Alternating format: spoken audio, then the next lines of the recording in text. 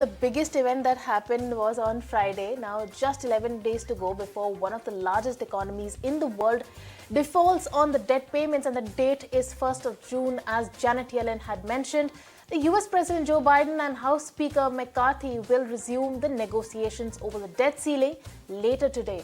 Over the weekend, Joe Biden said that the Republicans need to move from their extreme positions. It's time for Republicans to accept that there is no bipartisan deal to be made solely on their partisan terms, he added.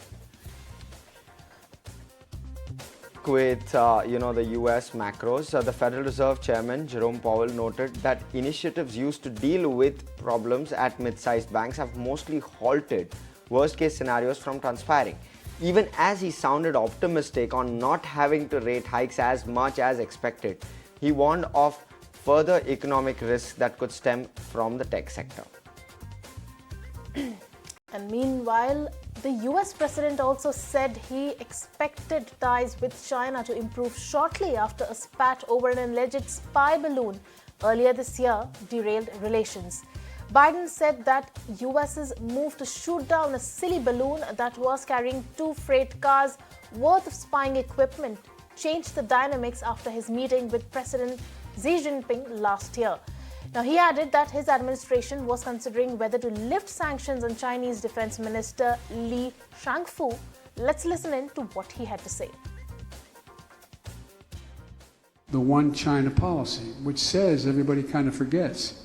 Now, I mean, you all know, but the public kind of forgets that it says that neither country, China or Taiwan, neither territory can independently declare what they're going to do.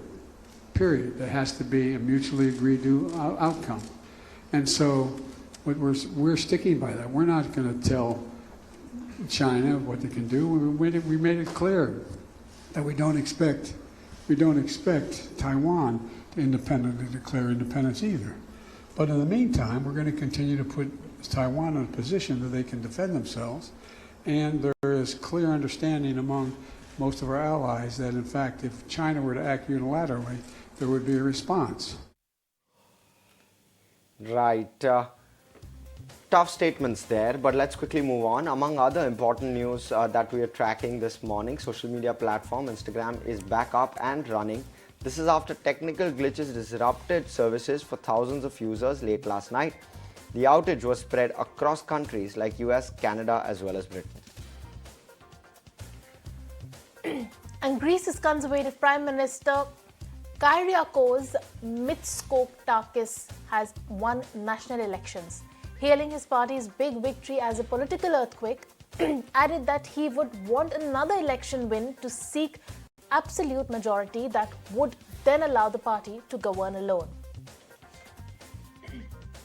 Right, and speaking at the G7 summit in Japan, Ukrainian President Volodymyr Zelensky insisted that the East Ukrainian city of Bakhmut is not occupied by Russia. This after a Moscow-backed mercenary group had claimed control.